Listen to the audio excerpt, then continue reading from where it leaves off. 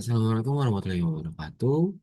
Perkenalkan nama saya Rian Luis Nustaku dengan NPM 23163105449. Pada kesempatan kali ini saya akan sharing tentang soal penerapan Art Studio pada teori peluang. Di sini ada 5 soal yang sudah saya cari dan saya buat. Jadi langsung saja kita masuk ke dalam penerapannya. Nah, sebelumnya di sini saya sudah membuat kode-kode dari tiap soal sehingga akan lebih memudahkan dalam penjelasannya. Langsung saja untuk soal nomor 1. Soalnya itu sebuah perusahaan manufaktur memproduksi komponen elektronik dengan peluang cacat sebesar 5%. Manajemen ingin melakukan simulasi pengecekan kualitas jika mereka mengambil sampel sebanyak 20 komponen secara acak. Hitunglah peluang ditemukan tepat 2 komponen cacat dalam sampel tersebut. Untuk ini, ada di barisan nomor 3 dan 4. Ruang tepat 2 yaitu kita menggunakan fungsi debinom dengan X sama dengan 2, size 20 dan probabilitasnya 0,05. Kitaran yang nomor 3, maka karena sudah di run, kita lanjut ke yang nomor 4 yaitu print paste peluang tepat 2 cacat. Roundnya peluang tepat 2 yaitu 4. Coba kita mulai run. Maka di sini ada tampilan bahwa peluang tepat 2 cacat itu 0,1887. Maka untuk 1A itu hasilnya 0,1887. Sedangkan yang B, hitunglah peluang ditemukan paling banyak 3 komponen cacat. Maka peluang max menggunakan fungsi P binom dengan nilai Q sama dengan 3, size-nya 20 dan probabilitasnya 0,05. Kita run yang nomor 7 ini. Selanjutnya kita akan running yang nomor 8. Di sini kita beri nama peluang paling banyak 3 cacat. Roundnya itu peluang maksimal 3 itu 4. Coba kita running ini. Oh, ternyata ada unexpected. Coba. Nah, ini. Peluang paling banyak 3 cacat itu 0,9841. 0,9841. Maka untuk soal yang B itu hitung peluang ditemukan paling banyak 3 komponen cacat itu 0,9841. Lumayan tinggi ya. Selanjutnya yang C. Buatlah grafik batang atau bar plot yang menunjukkan distribusi peluang untuk jumlah cacat dari 0 hingga 20 komponen. Nah, di sini kita menggunakan X false 0 sampai 20, maka peluang false-nya itu menggunakan fungsi debinom dan X false-nya itu sini dan ini 0,0 sampai 20, size-nya 20 dan probability-nya itu 0,05. Selanjutnya kita lanjut untuk bar plotnya. Kita namanya peluang false, names arc-nya ini X false dengan main distribusi binomial pengecekan komponen dengan N20 dan peluangnya 0,05. Di sini X lab-nya itu jumlah komponen catat dan Y lab-nya peluang. Dan untuk kolomnya itu akan berwarna ini. Kita mulai running di bagian nomor 11.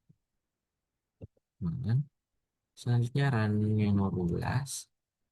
Jangan lupa run nomor 13. Dan ini hasilnya. Ini adalah hasil dari 1C. Di sini di atasnya ada namanya. Dan di sebelah kiri itu peluang-peluangnya. Dan yang paling bawah ini jumlah komponen cacat mulai dari 0 sampai 20.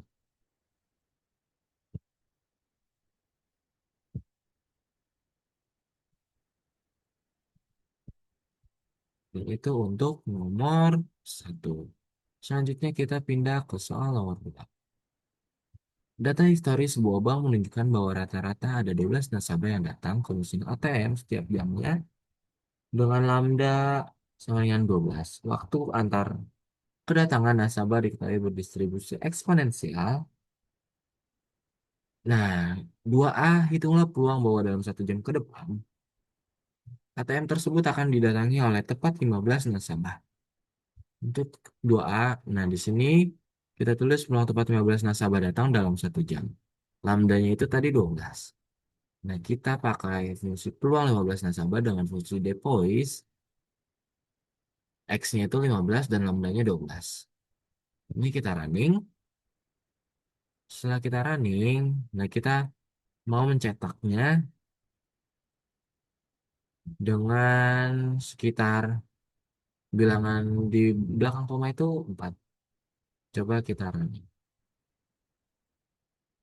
Nah, untuk nomor 2A itu peluang tepat 15 nasabah dalam 1 jam itu 0,0724. Untuk nomor 2 yang bagian B, karena rata-rata kedatangan adalah 12 nasabah per jam, maka laju per menit adalah lambda sama dengan 12 per 60 sama dengan 0,2 nasabah per menit. Hitung peluang bahwa waktu tunggu antar nasabah yang datang kurang dari 3 menit.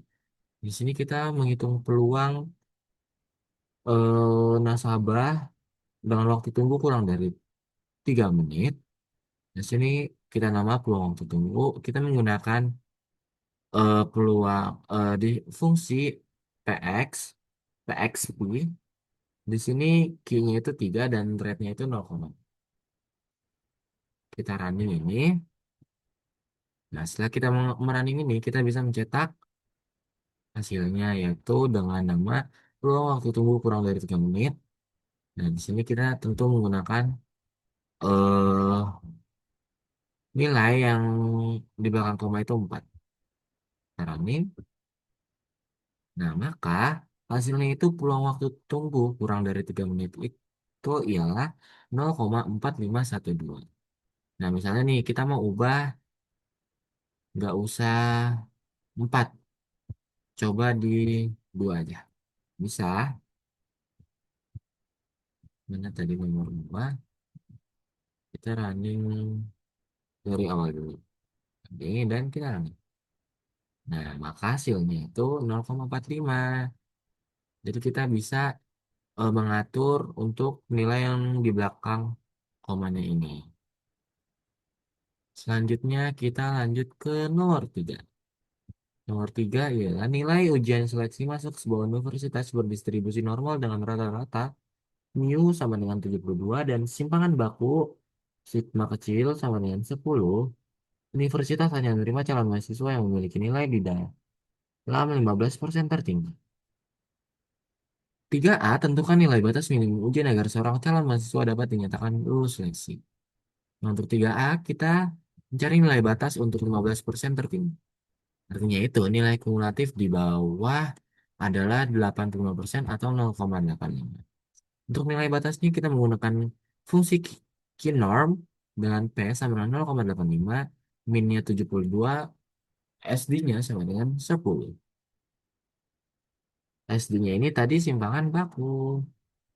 Jadi di sini kita running karena kita mau melihat nilainya, di sini kita cetak saja langsung seperti biasa. Di sini kita menggunakan nilai batasnya itu round 2 ya, bukan 4. Coba kita running. Nah, di sini nilai minimum untuk lulus atau 15% tertinggi yaitu 82,36. Itu adalah jawaban untuk nomor 3 yang A. Selanjutnya 3 yang B, berapakah persentase calon mahasiswa yang mendapatkan nilai di antara 60 dan 80? Nah, di sini kita akan mencari peluangnya. Peluang nilai di antara 60 dan 80 dan PX 80 sama dengan PX sama dengan 60. Nah, di sini kita namanya peluang 60 ke 80. Kita menggunakan fungsi P-norm dengan nilai Q sama dengan 80. Minnya 72 sampai dengan 10. SD-nya sama dengan 10. Dikurang P-norm Q sama dengan 60. Minnya 72, SD-nya 10. Dengan persentase peluangnya itu 100. Di sini kita running dulu baris ke 41. Running. Selanjutnya kita running yang persentase juga. Jangan lupa karena kita bentuknya persentase. Nah, karena kita sudah merunning kedua ini, kita mau mencetak hasilnya nih. Maka kita menggunakan codingan ini. Nah, roundnya itu eh, persentase di sini dua ya. Karena yang kita perluin itu hanya dua angka di belakang koma. Dan ini jangan lupa menulis dengan lambang persentase. Nah, kita coba running. Nah, kita bisa temui nih bahwa eh soal yang 3B itu persentase nilai di antara 60 dan 80 ialah 67,31%. Coba misalnya kita di sini ubah menjadi angka 4. Apakah bisa? Coba kita running. Bisa. Jadi untuk persentase jika kita mau memvisualisasi 4 angka di belakang koma itu 4, maka persentase nilai di antara 60 dan 80 ialah 67,3075. Nah, kalau yang dua itu 67,31 karena ini dinaikkan atau dibuatkan. Seperti itu. Selanjutnya kita lanjut ke soal nomor 4. Soal nomor 4 itu waktu yang dibutuhkan sebuah sistem otomatis untuk mengemas pakai logistik mengikuti distribusi gamma dengan parameter bentuk atau shape, alfanya 3 dan parameter skala atau scale betanya 2 dalam satuan menit. Nah, di sini, oh ada kesalahan pengetikan. Di sini kita akan bangkitkan sebanyak 1.000 data acak yang mengikuti distribusi gamma tersebut. Nah, untuk yang ini kita mau coba bangkitkan terlebih dahulu. Nah, sebelumnya kita, karena kita di sini nomor B mau buat plot, maka kita harus menginstal ggplot2 dulu. Karena saya sudah menginstal, maka saya tinggal running. Nah, di sini kita menggunakan set sheet 123 pembangkit data acak konsisten saat di run ulang. Biar di sini, biar nggak acak lagi. Nah, di sini kita running datanya. Nah, lalu kita mau membagikan 1.000 data acak distribusi gambar. Dengan shape-nya tadi, shape itu alfanya 3 dan scale-nya 2, yaitu beta. Nah, di sini kita mau tulis namanya data, pakai data logistik dengan data frame, waktu sama dengan R gamma, N-nya itu 1.000 dan shape-nya 3 dan scale-nya 2. Coba kita running ya.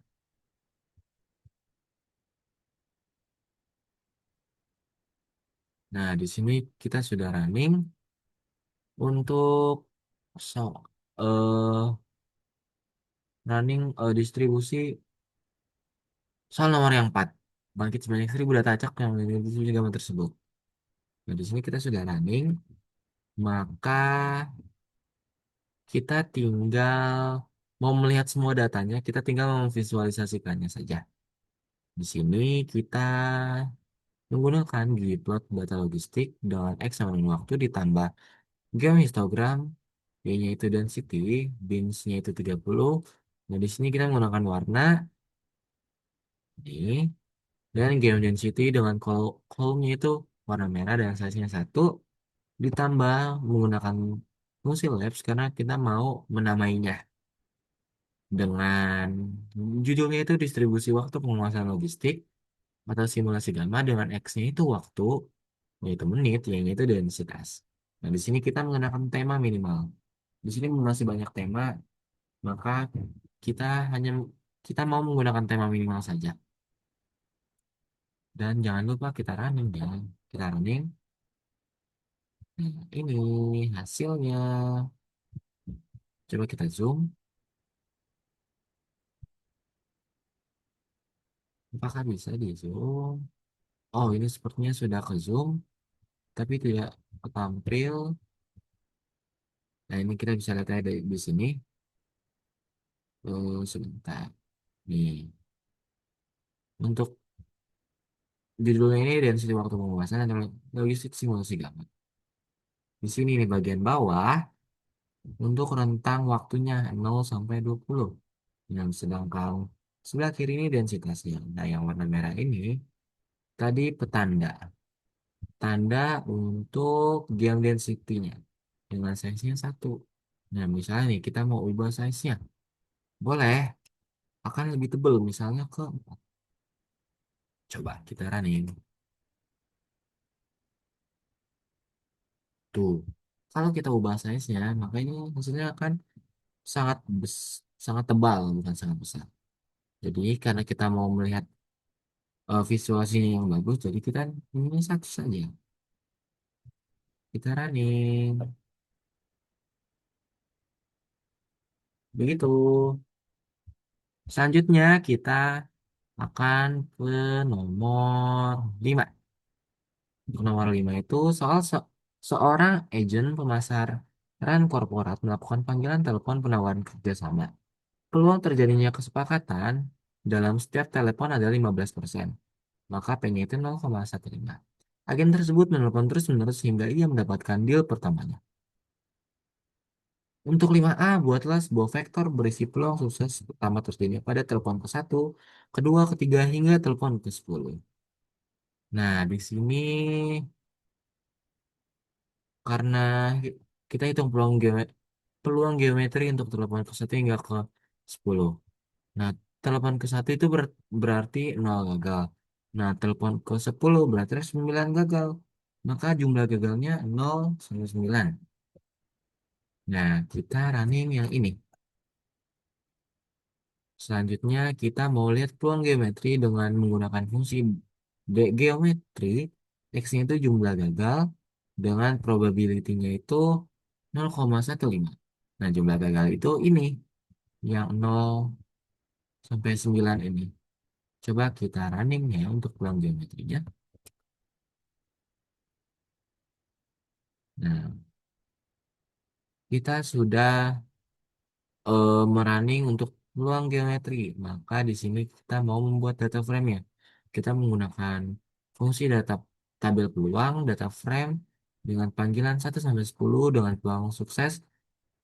Round-nya ini peluang geometri dari yang atas ini. Nah, di sini kita mau menggunakan yang 4. Coba kita running.